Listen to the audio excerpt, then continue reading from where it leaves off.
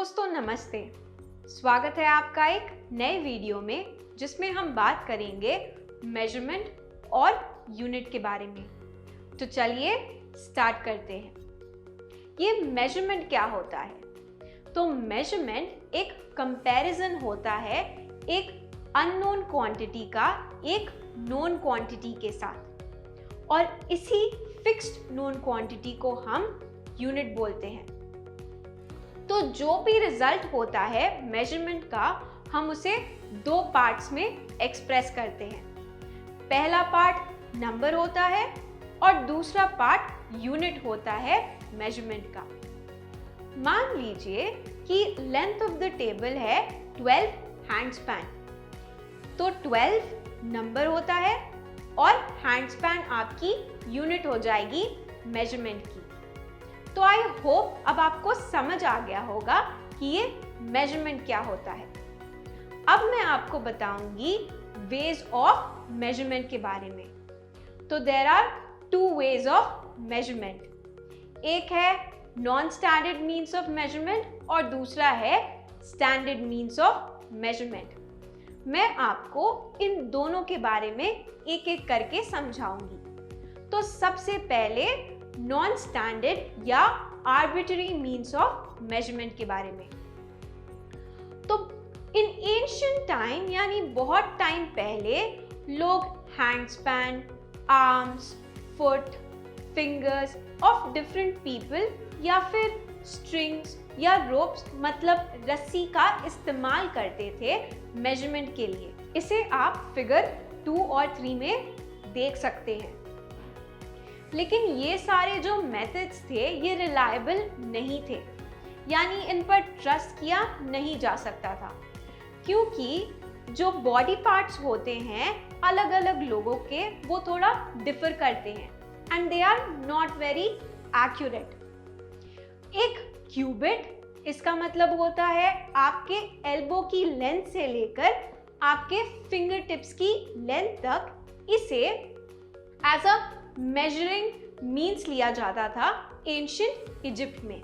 यानी किसी भी ऑब्जेक्ट की लेंथ को मेजर करने के लिए एक क्यूबिट को यूज किया जाता था। तो जैसा कि हमें पता चल चुका था कि ये सारे मेजरिंग मीन्स रिलायबल नहीं है, तो हमारे लिए ये बहुत ज़रूरी हो गया था कि हम एक ऐसा कॉमन मीन्स या कन्वेंशन इस्टेब्लिश करें जिससे दुनिया के सारे लोगों के लिए कैलकुलेशन और एनालिसिस करना इजी हो जाए। अब चलिए मैं आपको बताऊंगी स्टैंडर्ड मीन्स ऑफ मेजरमेंट के बारे में।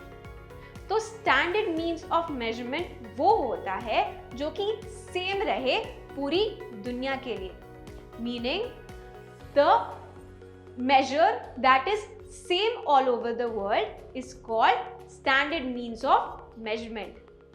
ये जो standard unit of measurement होता है ये चेंज नहीं होता है पर्सन टू पर्सन। चलिए अब मैं आपको बताऊंगी standard unit of measurement के बारे में, यानी SI unit के बारे में।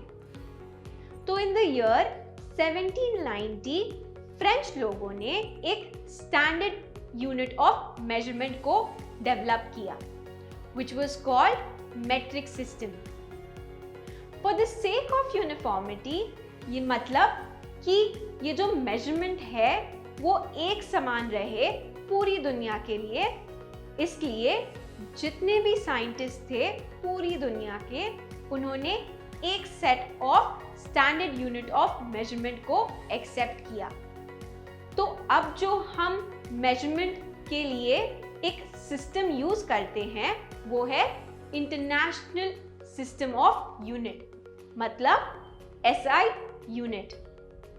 चलिए अब मैं आपको बताती हूँ SI यूनिट ऑफ लेंथ के बारे में। तो the SI unit of length is metre. 1 metre में होते हैं 100 सेंटीमीटर, 1 किलोग्राम में होता है 1000 ग्राम्स और 1 सेकंड्स में होते हैं 1/60 मिनट। और ये जो MKS सिस्टम है मतलब मीटर किलोग्राम सेकंड सिस्टम, इसे भी हम SI सिस्टम कहते हैं। चलिए अब मैं आपको बताऊंगी स्मॉलर और बिगर यूनिट्स के बारे में। तो हर एक मीटर को हम डिवाइड कर सकते हैं 100 इक्वल पार्ट्स या डिविजन्स में, जिसे हम सेंटीमीटर कहते हैं।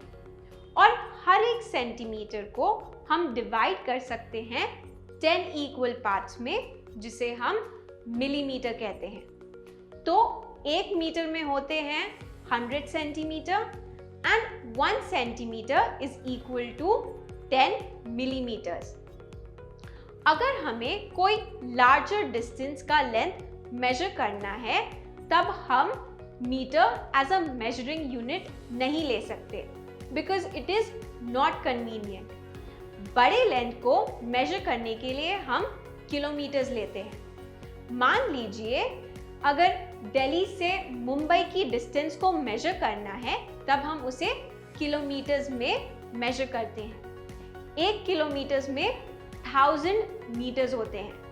अब बात करते हैं मल्टीपल्स ऑफ यूनिट्स के बारे में। तो जो यूनिट्स हम यूज करते हैं लार्जर डिस्टेंसेस को मेजर करने के लिए, वो हैं multiples of SI unit. For examples जैसे डेका, हेक्टो, किलो। तो 1 डेकामीटर में होता है 10 मीटर्स, 1 हेक्टोमीटर में होता है 100 मीटर्स और 1 किलोमीटर में होता है 1000 मीटर्स। अब चलिए बात करते हैं सब मल्टीपल्स ऑफ यूनिट्स के बारे में। तो जो यूनिट्स हम यूज करते हैं स्मॉलर डिस्टेंसेस को मेजर करने के लिए, वो है सब मल्टीपल्स ऑफ SI यूनिट, जैसे कि आपका मिली, सेंटी एंड डेसी। तो 1 मीटर में होता है 1000 मिलीमीटर, 1 मीटर में होता है 10 डेसीमीटर और 1 मीटर में होता है 100 सेंटीमीटर। तो दोस्तों चलिए, आई होप कि अब आपको समझ आ गया होगा मेजरमेंट और उनके यूनिट्स के बारे में। तो चलिए आज की वीडियो में इतना ही। मिलते हैं अगली वीडियो में एक नए और इंटरेस्टिंग टॉपिक के साथ। इस वीडियो में बने रहने के लिए थैंक यू सो मच।